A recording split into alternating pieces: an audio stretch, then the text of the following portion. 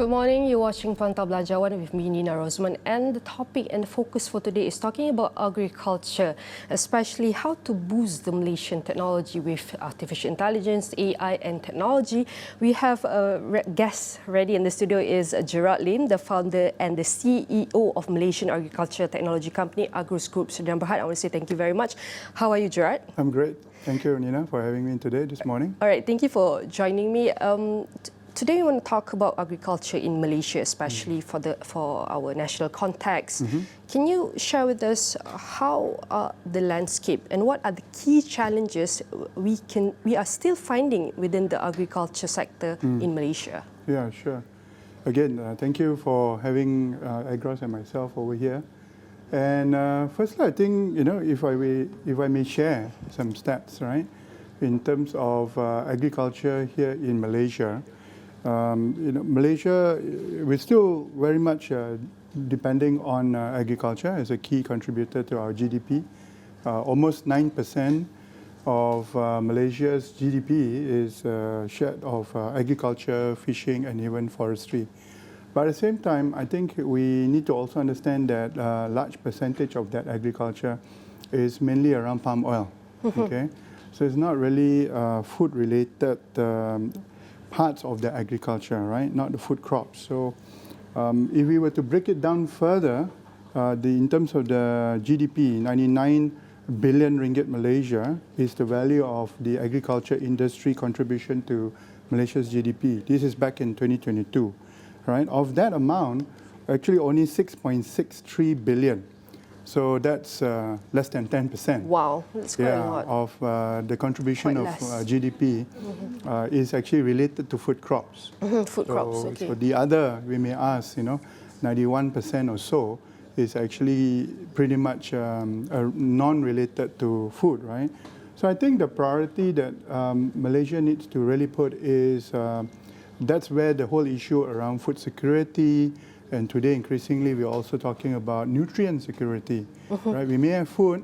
Malaysians are really super blessed and lucky. Most of us will have 3 meals a day, if not 5 meals a day, with our tea breaks and our supper that we so much crave for. But at the same time, while food is on the table, a large percentage, in fact, up to about 60% of our food is actually imported, right? Even paddy, we're actually importing. Right? So that's this whole issue of food security, and we may have food, but is it nutritious, right? So then we need to talk about nutrient security in today's context. And again, we believe very strongly at Agroz that technology has a very significant role that can play in terms of modernizing, and if I may use the big word, transforming, agriculture. And I think today, technology is not just about putting in some sensors in the water or the ground, but it's really how do we use the data that's collected from those sensors in a more meaningful and actionable manner. And that's where technologies like AI, machine learning, or even more latest in terms of generative AI, which is some of the work that Agroz is currently doing, together in our partnership with some leading technology companies, is what we're doing here to introduce this into the Malaysian agriculture ecosystem. All right, I want to add on we know that Agroz is building its foundational Agroz Farm Operating System, which is called the Agroz OS, correct? That's right. And Agroz Copilot for farmers using the array of Microsoft AI and clouds. Yeah. Maybe you can help understand the stack of technology of this use. Yeah. So there's a whole gamut and range of technologies involved. But central to it is certainly Microsoft's Azure. That's basically their cloud computing infrastructure. So to begin with, that's definitely required because we do need to be able to capture the data, store it up in the cloud. Then we use all the various different technologies and tools that are available.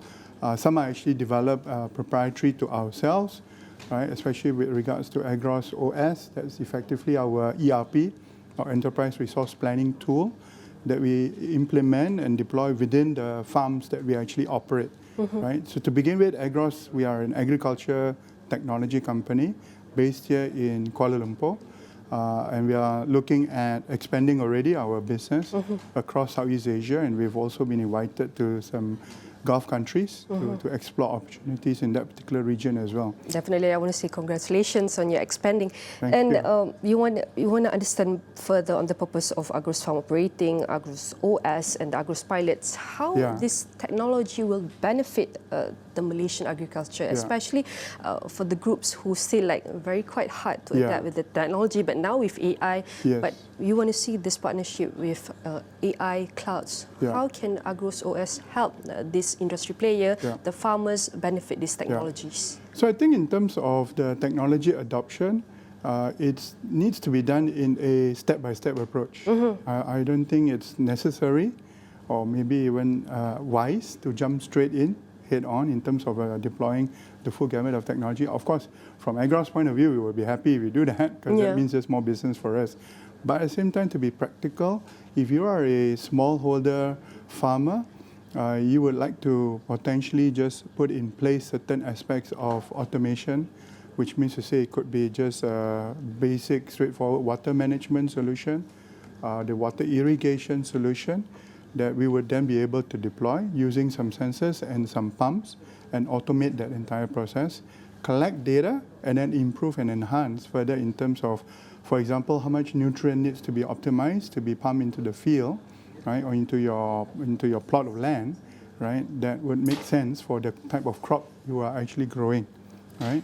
So that's basically what we can start with, and that's really some small building blocks. It also doesn't cost very much, and then from there will be also learnings. The farmer will be learning along the way, and they will also be able to potentially adapt and change their way of farming, and that's what we aspire to be able to achieve. It's quite interesting. We have 5 minutes before we're having a break. Maybe you can share with us, you've talked about data, and especially from technology, AI, and now we have data into the sector. And how does Agroz OS ensure the privacy, the security for Malaysian farmers, given the sensitivity given for the agriculture data? So, I mean, in terms of the data protection and privacy, it is, the rules of best practices will play into the whole mix. Certainly aspects around data protection, ensuring the data is encrypted when being stored, are all practices that we would put in place. It is perhaps no different than if you were to look at fintech or financial related type transactions. But obviously, agriculture, while I completely appreciate and agree that there is some sensitivity to the data, I think some of that data would also serve if we seek for the permission of the growers or the farmers. Then there's some bigger learnings if we could collectively learn from each other and actually enhance further the way how we actually grow and do farming. If we can actually have that ability to also share some of that best practices and learnings from the data that we gather from the various different individual farms, right? So if I may share, we have 30 seconds. There is an example of which I was personally involved about 8 years ago, even way before Agroz was formed just 4 years ago. 8 years ago, I was involved with some chili growers, just right here in Selangor, right, Teluk Paling Megarang. So over there, we were also similarly able to put in some sensors, automate the way in which how the nutrient is actually mixed, then how much nutrient is to be pumped into the field. Started off with about half of an acre, expanded to 1 acre, and then other government-related agencies was involved, and there was some funding provided to the farmers that grew to about 4 acres.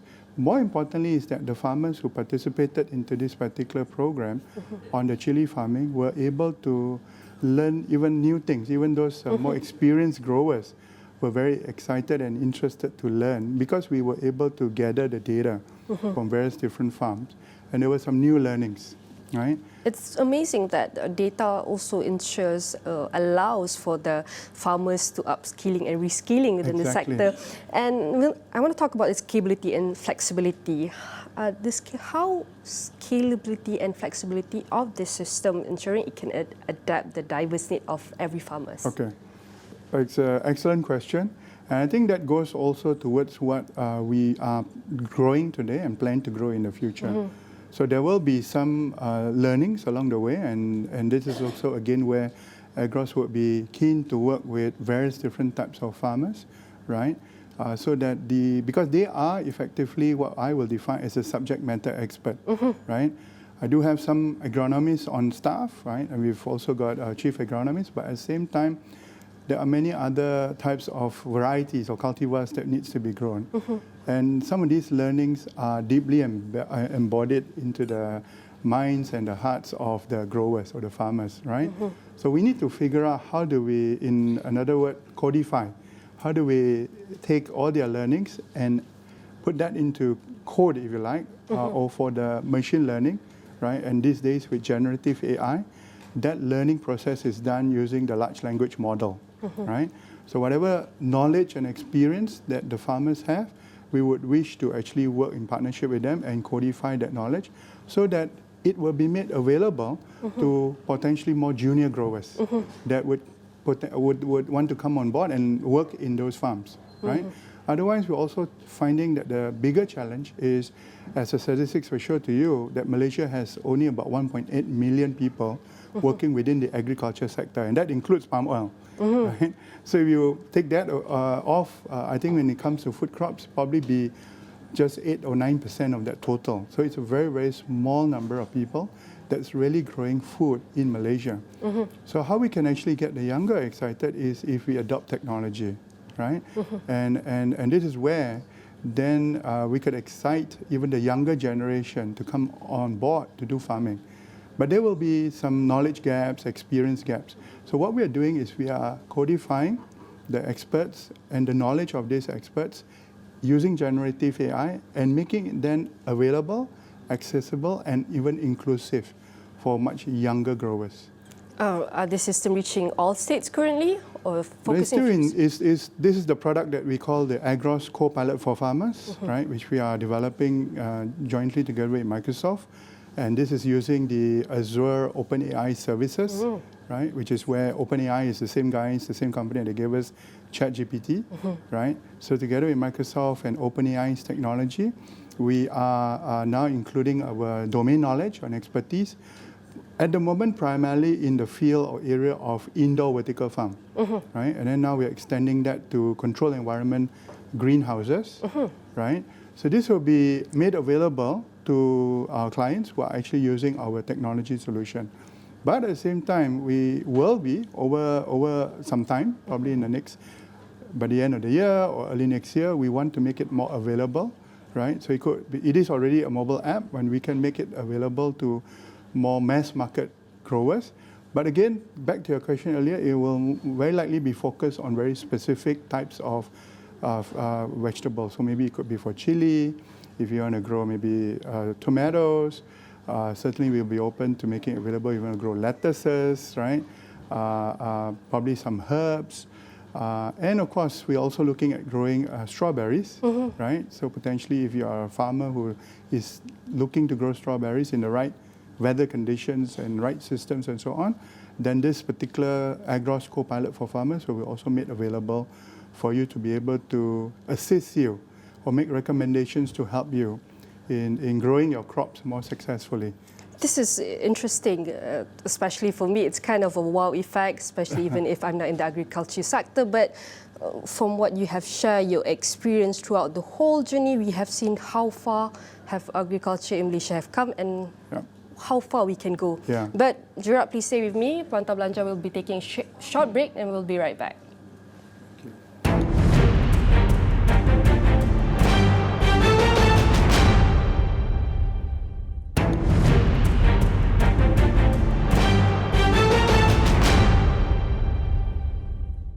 And welcome back to Pantau Belanjawan with me, Nina Rosman, and our guest beside me is Gerard Lim, the founder and CEO of Agroz Group. So Dan Berhad, I want to say thank you very much for joining me.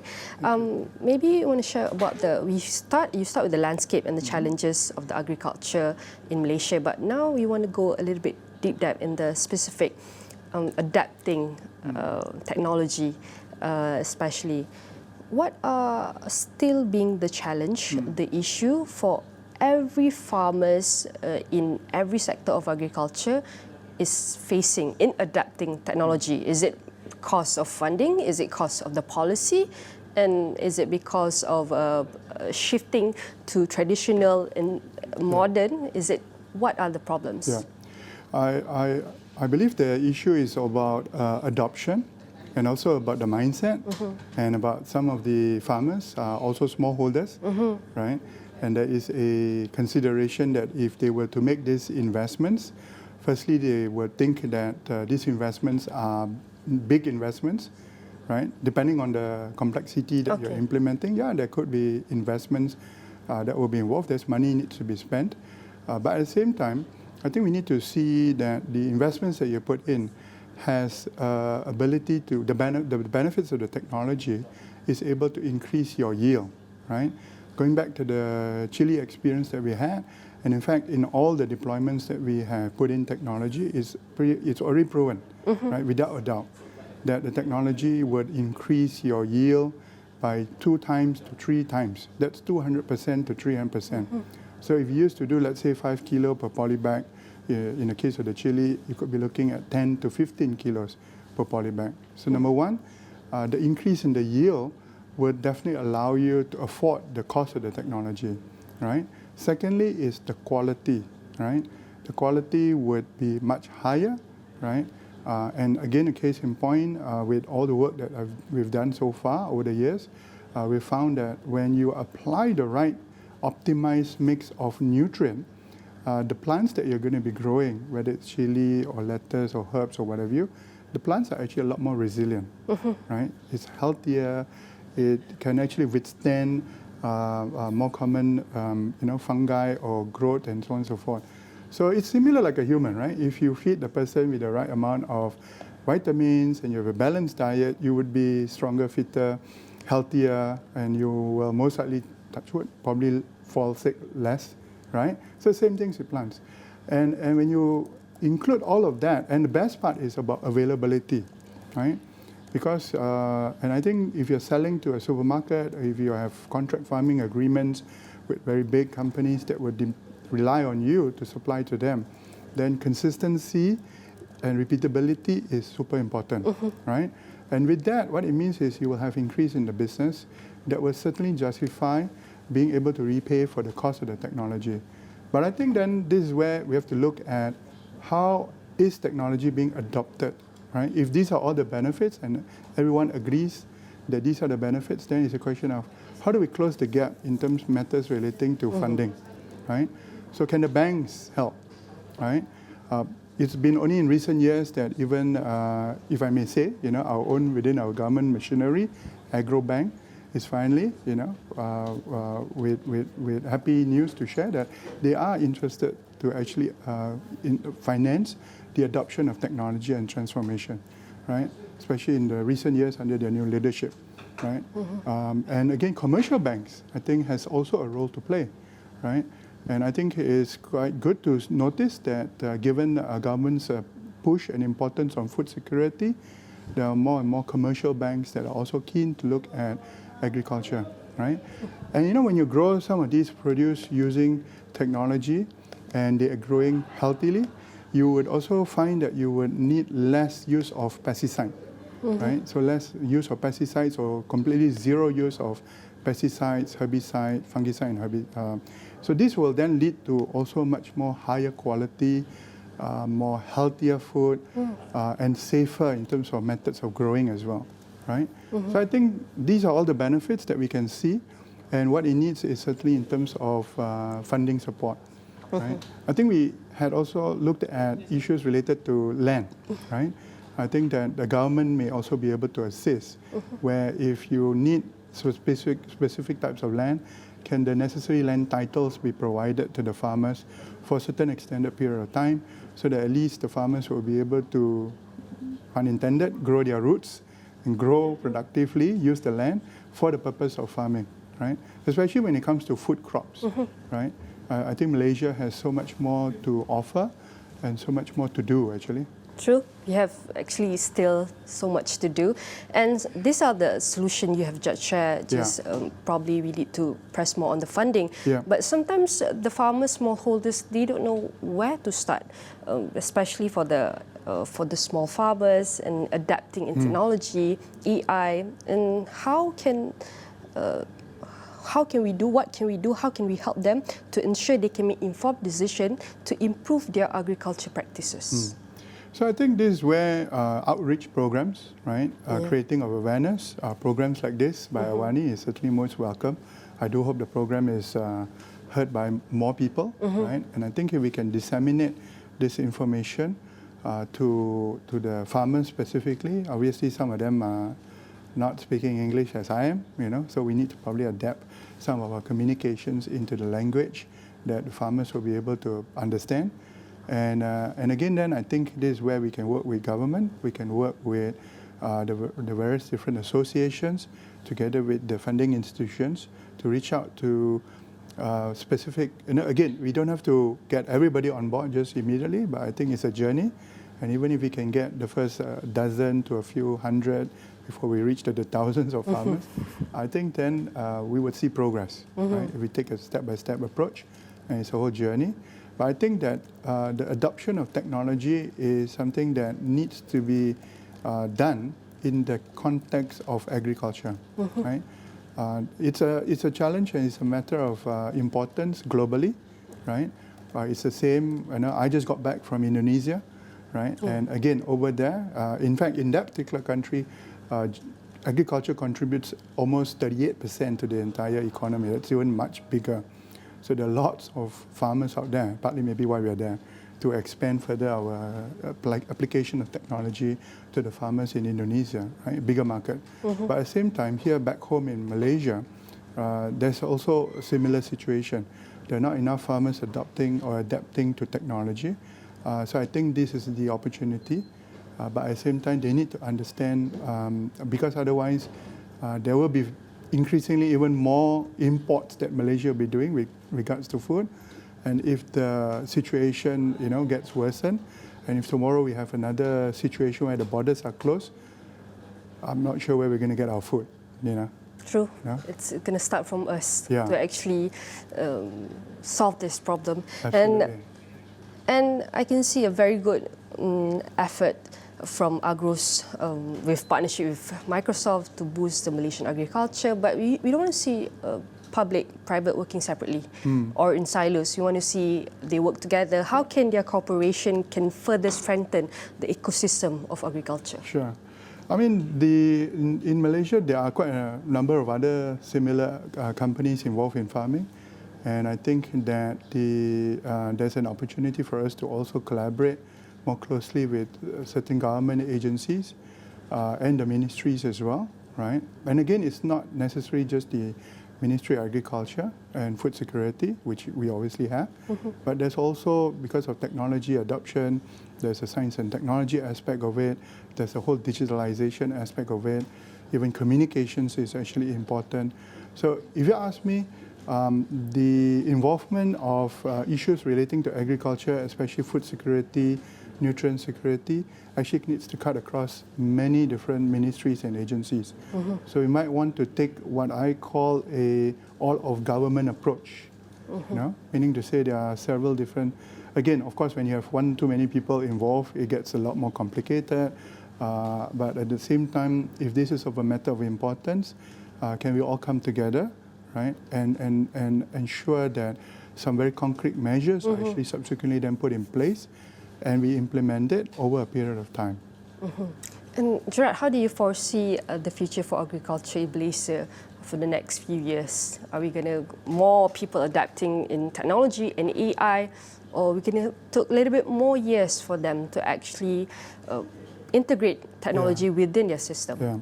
I think that, my fear is that no change is being done. Right? But again, I'm also hopeful, given that some of the journeys that we have started on my side personally over the last 8 years with the chili farmers, and I've actually seen some progress.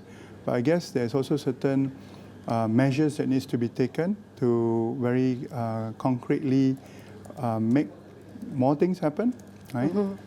In terms of, again, I personally believe that it takes just a few good companies and people to come together and start some initiatives that others will be able to see, and hopefully the others will be the other farmers, and then they will then subsequently want to adopt right, more and more use of technology and modernize their way of farming. Right? And if they can see increase in yield, improvement in quality, reduction in costs, then most of them are also business people, right?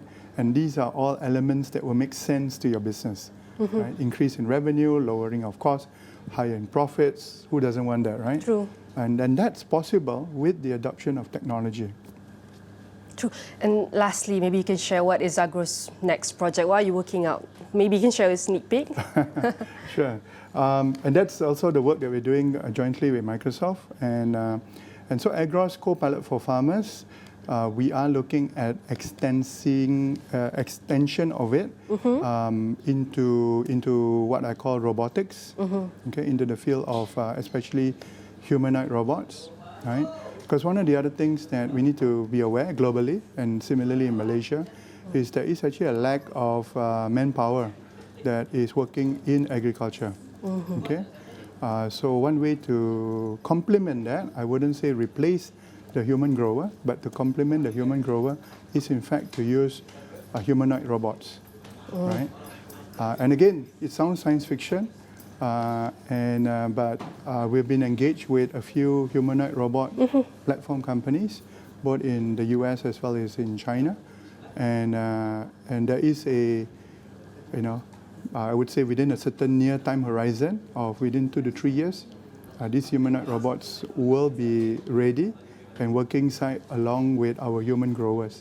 So the Copilot for farmers today, which is embodied as a piece of software, can be integrated into a humanoid robot, making the Copilot for farmer itself a robot farmer, right? And that's the piece of work that we are ongoing right now. It is going to be a journey, a long-term one, probably will take the next 2 to 3 years. But if you put it in a bigger time horizon, 2 to 3 years is actually not very, very long, right? Then we would be having, so the one thing that we need to be ready is, this is another form of automation.